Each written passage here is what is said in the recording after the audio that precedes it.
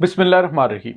अस्सलाम वालेकुम नाज़रीन, मैं हूं डॉक्टर अली और आप देख रहे हैं मेरा फेसबुक और यूट्यूब चैनल। नाज़रीन, अब दो बहुत बड़ी बड़ी ख़बरें हैं जो आज के व्लॉग में हम शेयर करेंगे। पहली ख़बर तो ये है कि रेड सी के अंदर एक और इसराइली बहरी जहाज़ को इंसारुल्लाह यमन ने हिट कर दिया है, जबकि दूसरी जानिब नाज़रीन इंडियन ओशन पर एक बहरी जहाज़ को हिट किया गया है। इब्तदाई तौर पर यह कहा जा रहा था कि ये जहाज़ जो है इसके बारे में ज़राए नामालूम है, लेकिन अब कुछ हक़ाइक़ सामने आना शुरू हो गए हैं कि आखिर इस हमले के पीछे कौन है जो इंडियन ओशन पर एक बहरी जहाज़ को हिट किया गया। नाज़रीन, 20 समुंदर इंडियन ओशन पे इस वक्त जो है वो उस बहरी जहाज़ को आग लगी हुई है और उसकी तफसीलात भी आज के व्लॉग में आपके साथ शेयर करेंगे। जबकि दूसरी जानिब इंसारुल्लाह यमन ने और हमास ने कमाल कर दिया है। एक और बड़ी ब्रेकिंग न्यूज़ आ रही है। हमास ने यूँ कह लीजिए कि जो मैदान जंग का नक्शा है उसको बदल कर रख दिया है।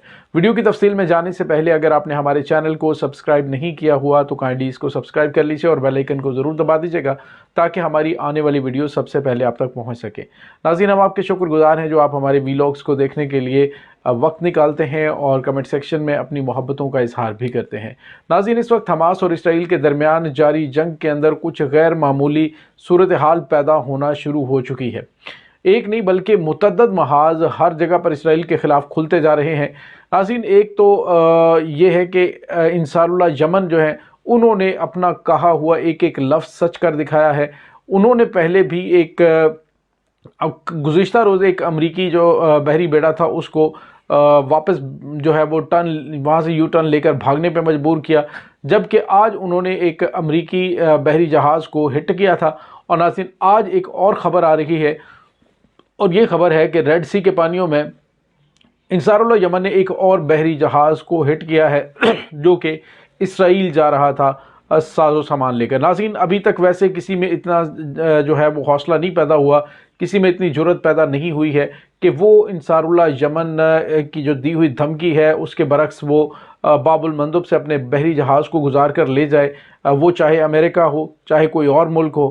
तो इंसारुल्लाह यमन बिल्कुल भी उन्हें उस चीज़ का मौका ही नहीं दे रहे और इसी वजह से पूरी दुनिया के अंदर जितने भी जो शिपिंग कंपनियां हैं उन्होंने इसराइल के लिए जो है वो मुकम्मल तौर पे ऑपरेशन को बंद कर दिया। उन्होंने कहा कि जब तक अमन नहीं होता तब तक हम बहरी जहाज़ों को मूव नहीं करेंगे इसराइल के लिए, चाहे जितनी मर्ज़ी हमें पैसे दें। इंश्योरेंस कंपनियां उन्होंने इनकार कर दिया उनके बहरी जहाज़ों की जो है वो इंश्योरेंस करने के लिए। तो हालात जो है वो इस तरह जा रहे हैं कि पूरी दुनिया को अंदाज़ा है कि जो इंसारुल्लाह यमन की जानिब से कहा जाता है, जो हमास की जानिब से कहा जाता है, वो अपना कहा हुआ पूरा करते हैं। अब नाज़रीन, जो हमास ने आज एक बड़ी कामयाबी हासिल की है वो ये है कि इसराइल की जानिब से जो बारूद फेंका गया उस में से जो नहीं चले हुए थे बम्ब्स नहीं चले हुए थे, उन बम्ब्स को इकट्ठा किया और उनको रिसाइकल करके आज जो है बड़ा हमला करके इसराइल के 5 टैंकों को तबाह कर दिया है। नाज़रीन, गुज़िश्ता रोज़ एक वीडियो सामने आई थी, एक तस्वीर भी सामने आई थी जिसमें इसराइली फ़ौज का जो मरकाबा टैंक है उसके ड्राइवर ने ट्विटर पर अपनी एक पोस्ट शेयर की थी जिसमें उसने कहा था, मैं सोच भी नहीं सकता कि सिर्फ चंद सेकंड के अंदर मेरे 11 जो दोस्त हैं जो फ़ौजी हैं वो 11 लोग जो है वो चंद सेकंड के अंदर दुनिया में नहीं रहेंगे। वो एक तस्वीर जो है वो एक बंदे ने बनाई थी जो पीछे बच गया था और उसने वो खौफनाक इंकशाफात किया। आप अंदाज़ा लगाएं कि अगर एक बख्तरबंद गाड़ी के अंदर 11 लोग मारे जा रहे हैं तो 720 गाड़ियां अभी तक तबाह की जा चुकी हैं, बल्कि आज वाली भी शामिल करें तो ये 725 बन जाती हैं। तो हमास ने आज इसराइल की 5 जो गाड़ियां हैं वो तबाह की हैं। तो आप अंदाज़ा लगाएं कि अगर एक में 11 होते हैं तो कम अज़ कम ना भी करें तो थोड़ी सी भी एवरेज लगाएं तो ये तादाद कहाँ पे पहुँचती है। तो इसका मतलब ये है कि जो आदाद शुमार बताए गए हैं कि तकरीबन 11,000 इसराइली फ़ौजी मारे गए हैं तो वो गलत नहीं है, वो हकीकत पर मबनी है। दूसरी जानिब नाज़रीन, एक और बड़ी खबर है और ये खबर है इंडियन ओशन से। इंडियन ओशन के हवाले से पता ये चल रहा है कि एक जो इंडियन ओशन पे बहरी जहाज़ है उसको निशाना बनाया गया है ड्रोन से और कहा गया जी ड्रोन जो है वो नामालूम समत से अटैक किया गया। सवाल ये पैदा होता है कि वहाँ पे तमाम तर ज़राए भी मौजूद होते हैं और पता भी होता है कि कहाँ से ये ड्रोन आया होगा, लेकिन इंडिया की जानिब से तो इस तरह की कोई बात नहीं की गई। लेकिन नाज़रीन, आपको ये बताते चलें कि जो बहरी जहाज़ हिट हुआ है इंडियन ओशन पर वो एक इसराइली मर्चेंट का था। ایک اسرائیلی تاجر کا بحری جہاز یہ ہٹ ہوا ہے، تو اس سے آپ اندازہ لگا سکتے ہیں کہ انصار اللہ یمن کی رینج کہاں تک ہے، ان کی پہنچ کہاں تک ہے۔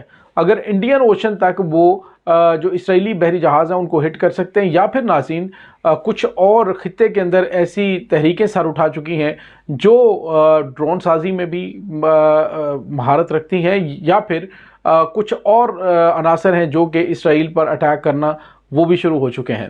تو ناظرین ابھی تک اس کے بارے میں چیز کلیئر نہیں ہے، لیکن اگر انڈیا کی جانب سے کہا جاتا ہے کہ جی یہ یمن کے جہاز ہیں، یہ یمن کی جانب سے ڈرون کے ذریعے اٹیک کیا گیا، تو اس سے تو پھر مزید خوف پھیلے گا اور یہ ماننے پہ مجبور ہو جائیں گے کہ انصار اللہ یمن دنیا کے کسی سمندر میں بھی اسرائیل کے بحری جہازوں کو چھوڑیں گے نہیں۔ اور ناظرین اس میں کوئی شک بھی نہیں ہے کہ ان کے پاس اتنی کیپیبلٹی ہے، ان کے پاس ایسے ہتھیار موجود ہیں، وہ اسرائیلی بحری جہاز جہاں کہیں پر بھی ہوں گے ان کو ہٹ کر سکتے ہیں۔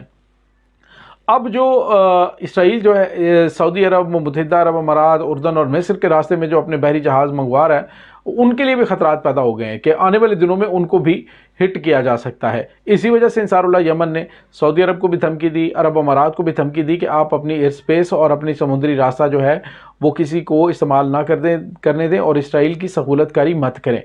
تو ناظرین اب دیکھتے ہیں کہ آنے والے دنوں میں کیا سینیریو بنتا ہے، لیکن اس سے کم از کم یہ پتہ چل گیا ہے کہ جو انصار اللہ یمن ہے ان کی رینج بہت کمال کی ہے۔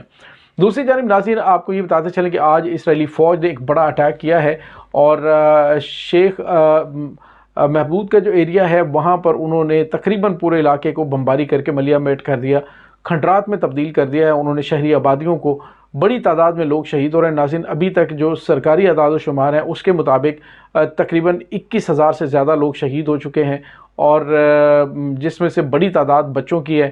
اور ناظرین اس کے ساتھ ہی یہ بھی خبریں سامنے آ رہی ہیں کہ جو ایکچوئل تعداد ہے شہید ہونے والے لوگوں کی وہ 30,000 تک پہنچ چکی ہے، کیونکہ بے شمار لوگ ہیں جو اسرائیل کی بمباری کے بعد ملبے تل دبے ہوتے ہیں، مشینری نہ ہونے کی وجہ سے، وسائل نہ ہونے کی وجہ سے ان کو نکالنا مشکل ہوتا ہے۔